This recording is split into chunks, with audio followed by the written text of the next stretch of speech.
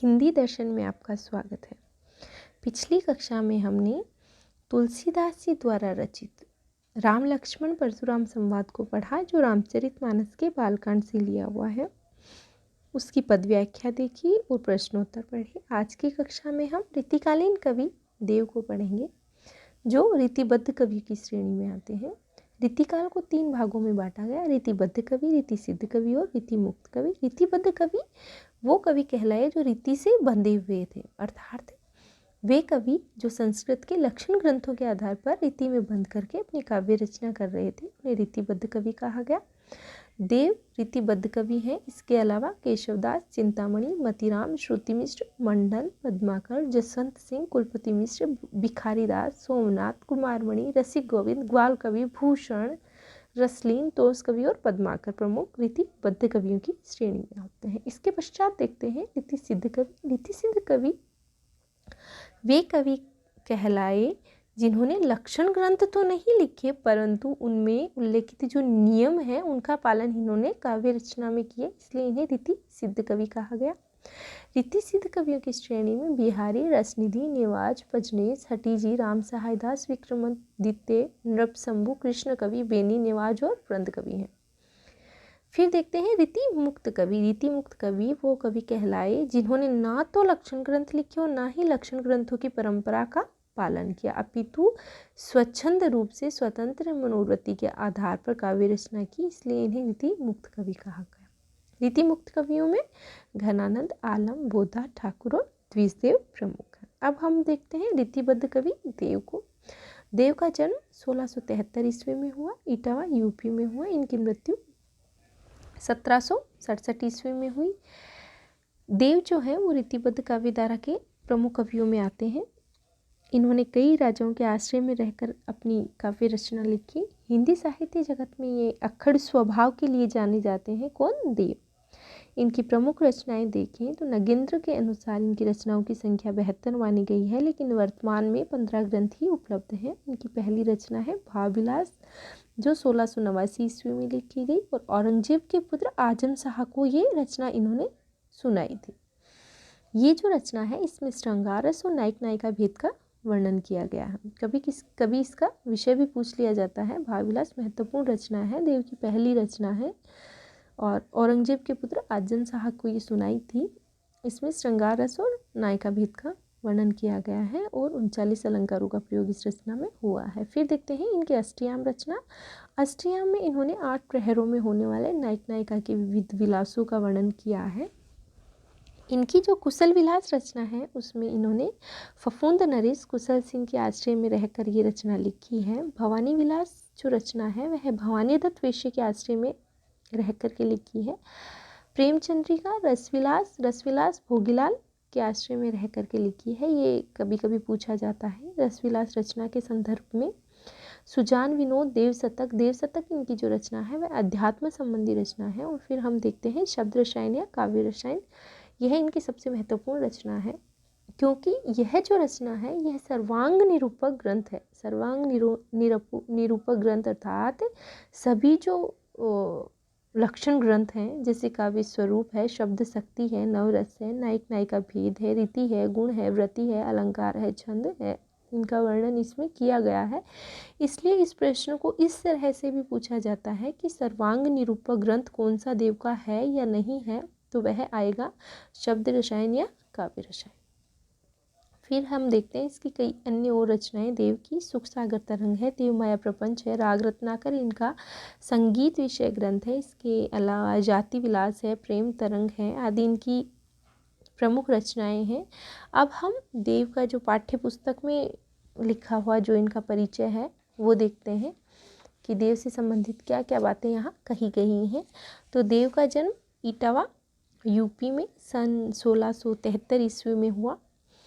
इनका पूरा नाम देवदत्त द्विवेदी था। देव ने अनेक आश्रयदाताओं में औरंगजेब के पुत्र आजम शाह भी थे। मतलब देव के अनेक आश्रयदाताओं में औरंगजेब के पुत्र आजम शाह भी थे। इनको कौन सी रचना सुनाई थी? भावविलास जो रचना है वह इन्होंने औरंगजेब के पुत्र आजम शाह को सुनाई थी। परंतु देव को सबसे अधिक संतोष और सम्मान उनकी कविता के गुणग्राही आश्रयदाता भोगीलाल के आश्रय में रहकर मिला। अर्थात इनको जो सबसे ज़्यादा संतोष और सम्मान है वह कहाँ मिला? भोगीलाल के आश्रय में रहकर मिला। और भोगीलाल के आश्रय में रहकर इन्होंने उनकी प्रशंसा में जो रचना लिखी थी वह थी रस विलास। ध्यान रखेंगे, भोगीलाल के आश्रय में रहकर इन्होंने रस विलास रचना लिखी थी और रस विलास में इन्होंने भोगीलाल की प्रशंसा की थी, क्योंकि इनको सबसे ज़्यादा सम्मान देने वाले कौन थे? भोगीलाल ही थे। उन्होंने उनकी कविता पर रीझकर लाखों की संपत्ति दान कर दी थी। उनके काव्य ग्रंथों की संख्या 52 से 72 तक मानी जाती है। डॉक्टर नगेंद्र 72 मानते हैं, लेकिन 52 से 72 तक इनकी रचनाओं की संख्या मानी जाती है। उनमें से रस विलास, भाव विलास, काव्य रसायन और भवानी विलास आदि देव के प्रमुख ग्रंथ माने जाते हैं। देव की मृत्यु 1767 ईस्वी में हुई। देव रीतिकाल के प्रमुख कवि हैं, रीतिकाल के रीतिबद्ध कवि हैं देव। रीतिकालीन कविता का संबंध दरबारों आश्रयदाताओं से था, इस कारण उसमें दरबारी संस्कृति का चित्रण अधिक हुआ है। देव भी इससे अछूते नहीं थे, किंतु वे इस प्रभाव से जब जब भी मुक्त हुए उन्होंने प्रेम और सौंदर्य के सहज चित्र खींचे। अलंकारिकता, श्रृंगारिकता उनके काव्य की प्रमुख विशेषताएं हैं। शब्दों की आवृत्ति के जरिए नया सौंदर्य पैदा करके उन्होंने सुंदर ध्वनि चित्र प्रस्तुत किए हैं।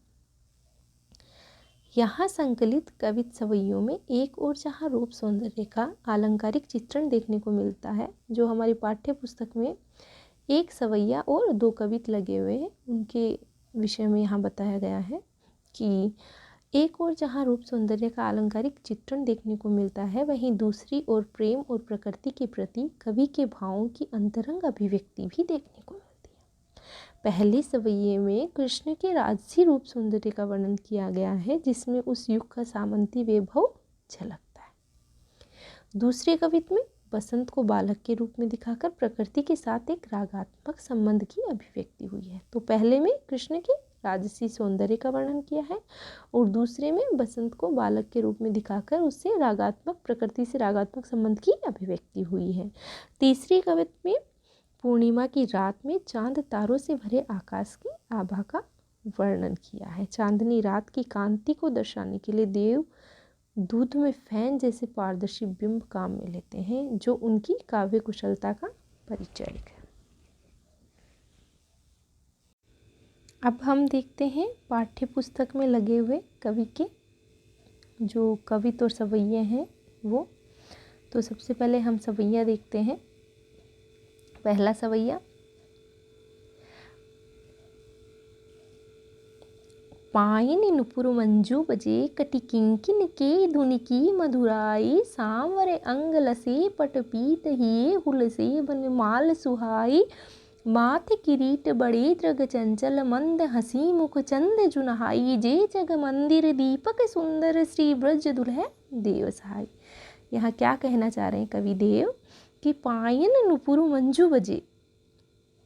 कवि कह रहे हैं कि श्री कृष्ण के मनमोहक रूप सौंदर्य का सुंदर जो वर्णन है वो कृष्ण के पैरों में पायल और कटि किंकिन के धुनि की मधुराई, जो उनकी कमर में बंधी हुई करधनी है, किंकिन के कटी कमर में बनी जो करधनी है, उससे उसकी जो सुंदरता है वो झलक रही है, जिनसे अत्यधिक मधुर ध्वनि निकल रही है। पैरों में बजी क्या, किस प्रकार से कर रहे हैं? पैरों में पायल और कमर में करधनी जो बंधी है, उससे श्री कृष्ण की जो सुंदरता है उसका वर्णन कर रहे हैं कि किस प्रकार से उसमें से जो ध्वनि निकल रही है छन छन की, वो कैसी लग रही है। उनके सांवरे अंग लसे पत पीट हिये हुलसे बने महान सुहाई, अर्थात उनके सांवले शरीर पर पीले वस्त्र और गले में सुंदर जो पुष्पों की माला है वह भी सुशोभित हो रही है। पैरों में पायल, कमर में करधनी और उनके सांवले शरीर पर पीले वस्त्र और गले में सुंदर पुष्पों की माला सुशोभित हो रही है।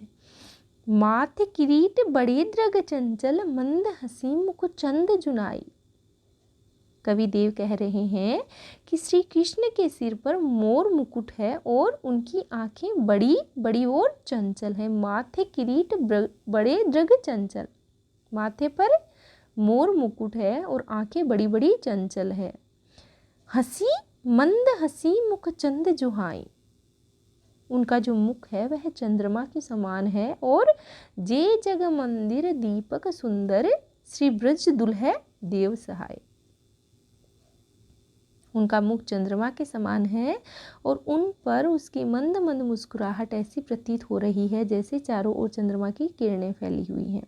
जैसे अगली पंक्ति में ये क्या कह रहे हैं, जे जग मंदिर, अर्थात जिस प्रकार एक दीपक पूरे मंदिर को रोशन करता है और अंधेरे को दूर भगाता है, ठीक उसी प्रकार संसार रूपी मंदिर में श्री कृष्ण एक दीपक की भांति शोभायमान है, जो अपने ज्ञान के प्रकाश से इस पूरे संसार को रोशन कर रहे हैं और सबकी सहायता भी करते हैं। अतः ब्रज के दूल्हे कृष्ण, आप अपने भक्त देव की सहायता करें। तो श्री ब्रज दूल्हा देव सहाय किसको कहा है? ब्रज का दूल्हा श्री कृष्ण को कहा है। इसमें देखिए क कटी किंकिन के ध्वनि की मधुराई, क वर्ण की आवृत्ति बार बार हो रही है। सांवरे अंग लसे पत पीठ, सांवरे अंग लसे पत पीठ। यहाँ प और है वर्ण की बार बार आवृत्ति हो रही है, इसलिए दोनों पंक्तियों में क और प, तो यहाँ अनुप्रास अलंकार हो जाएगा, इसलिए दोनों ही पंक्तियों में अनुप्रास है। और यहाँ जे जग मंदिर दीपक सुंदर, इसमें रूपक अलंकार हो जाएगा। अगला कविता हम देखते हैं। डार द्रुम पलना बिछोना नौ पल्लव के, सुमन झुंगूला सोहे तन छवि भारी द्वे, पवन झुलावे केकी कीरे बतरावे देव, कोकिल हलावे हुलरावे करतारी दे, पूरित पराग सो उतारो करे राई नोन, कंज कली नाई का लतान सिर सारी दे, मदन महीपजू को बालक बसंत ताही, प्रातः जगावत गुलाब चटकारी। तो देखिए यहाँ कवि देव कहना चाह रहे हैं, डार द्रुम पर्णा बिछोना, क्या कहना चाह रहे हैं कि बसंत ऋतु को कामदेव के बच्चे के रूप में यहाँ दर्शाया गया है। बसंत जो ऋतु है वह कामदेव के बच्चे के समान है। जिस प्रकार जब किसी घर में एक बच्चा जन्म लेता है तो उस घर में खुशी का माहौल छा जाता है। घर के सभी लोग एक बच्चे की देखभाल में जुट जाते हैं और उसे अनेक प्रकार के बहलाने और प्रसन्न करने की कोशिश करते हैं। घर की बुजुर्ग महिलाएं समय समय पर उसको प्रसन्न करने की कोशिश करती हैं और नमक और राई से एक नज़र उतारने का टोटका होता है, वो नज़र भी वो उतारती हैं और सुबह के समय बड़े प्यार से उन्हें जगाती हैं ताकि वह रोए नहीं। ठीक उसी प्रकार यहाँ कामदेव का जो नन्हा शिशु बसंत है, बसंत को नन्हा शिशु कहा गया है। तब प्रकृति अपनी खुशी किस प्रकार से प्रकट कर रही है वो इस दोहे में बताया गया है। तो कवि कहते हैं कि बसंत एक नन्हे शिशु के रूप में आ चुका है। पेड़ों की डालियों उस नन्हे शिशु का पालना है। डार द्रुम पलना बिछोना, तो पालना कौन है, झूला कौन है, पेड़ों की डालियाँ, और उन डालियों पर उग आए नए कोमल पत्ते उस पालने में बिछोने के समान है। नव पल्लव, नव पल्लव क्या है, बिछोना। ये आप नोट कर लेंगे। यहाँ से प्रश्न बनते हैं कि पालना कौन है, जो डालियाँ हैं वो पालना है और जो नए कोमल पत्ते आ रहे हैं वो बिछोना है। सुमन झिंगुला सोहे तन छवि भारी, पवन झुलावे केकी कीर बतरावे देव। तो यहाँ आगे ये बता रहे हैं कि रंग बिरंगे फूलों का ढीला ढाला झगुला वस्त्र है। वस्त्र क्या हो गया, जो झगुला है क्या हो गया,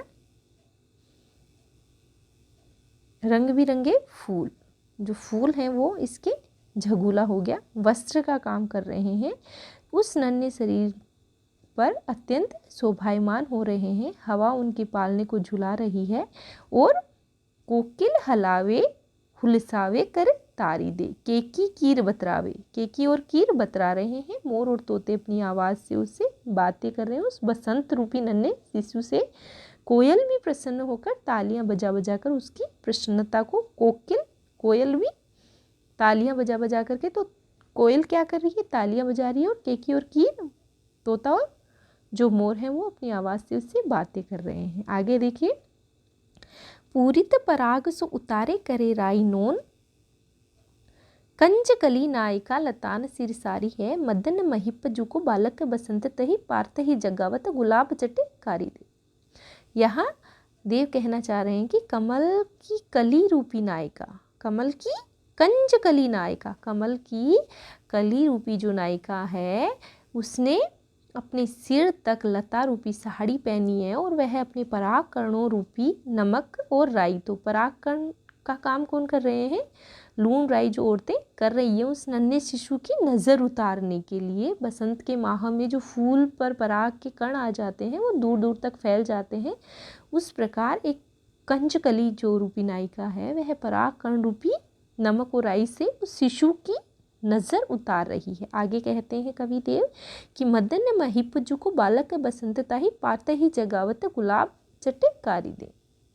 बसंत रूपी जो नन्हा शिशु कामदेव है, महाराज का पुत्र है, किसका, कामदेव का, जिसे सुबह होते ही गुलाब की कलियां चुटकी बजाकर जगा रही हैं।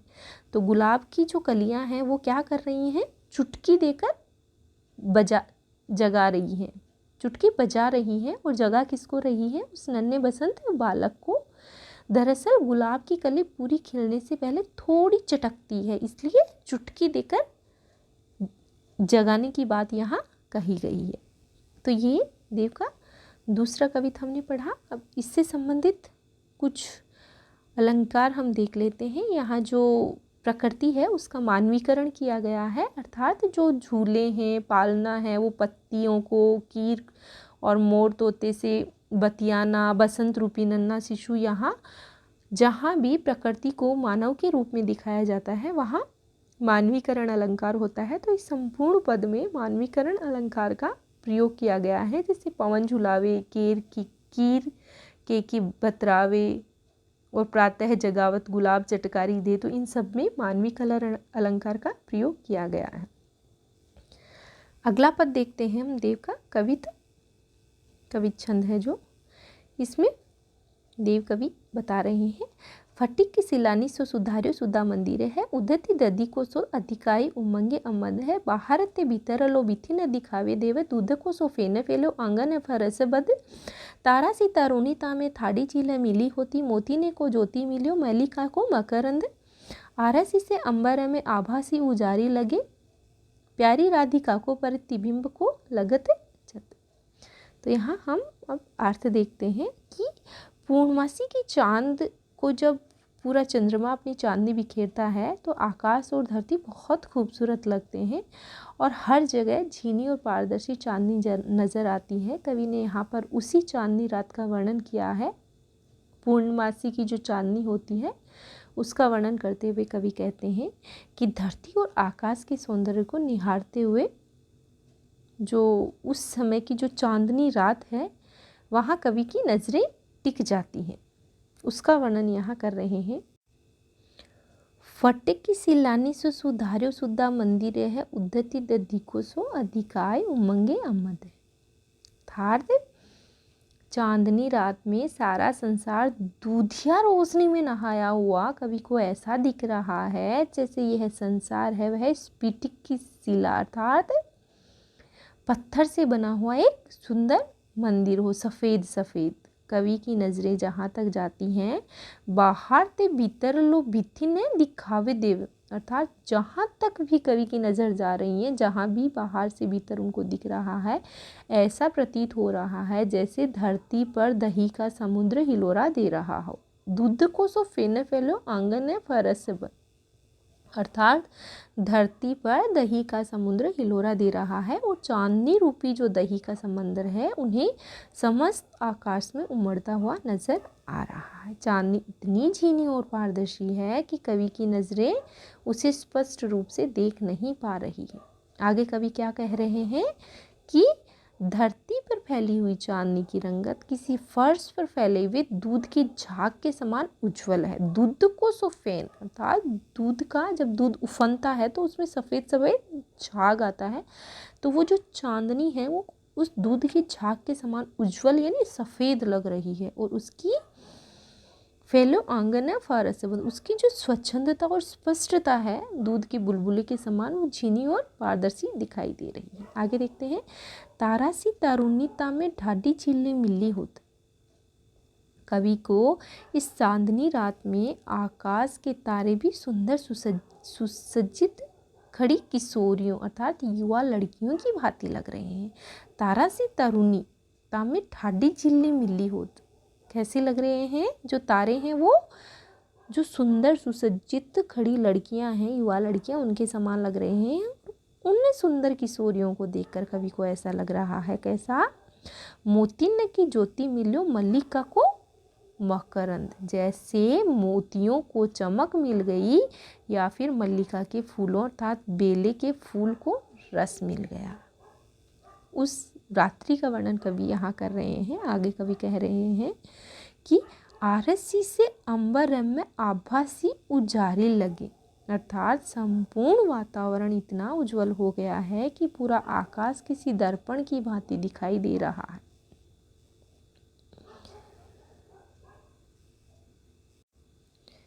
प्यारी आरसी से अंबर में आभासी उजारी लागे, प्यारी राधिका को प्रतिबिंब सो लागत है, अर्थात पूरा आकाश किसी दर्पण की भांति दिखाई दे रहा है जिसमें चारों तरफ रोशनी फैली हुई है और उस दर्पण में पूर्णमासी का पूरा चांद ऐसा लग रहा है जैसे वह चांद नहीं प्यारी राधिका को प्रतिबिंब अर्थात प्यारी जो राधिका रानी है उसका प्रतिबिंब हो, अर्थात जो राधा रानी है उसकी प्रतिबिंब के समय वह चांद लग रहा है।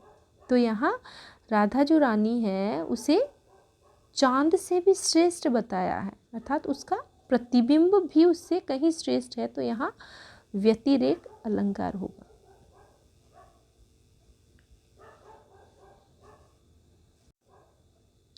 तो आज की कक्षा में हमने देव का परिचय और एक देव का सवैया और 2 कवित पढ़े हैं। कल की कक्षा में इसकी प्रश्नोत्तर देखेंगे। धन्यवाद।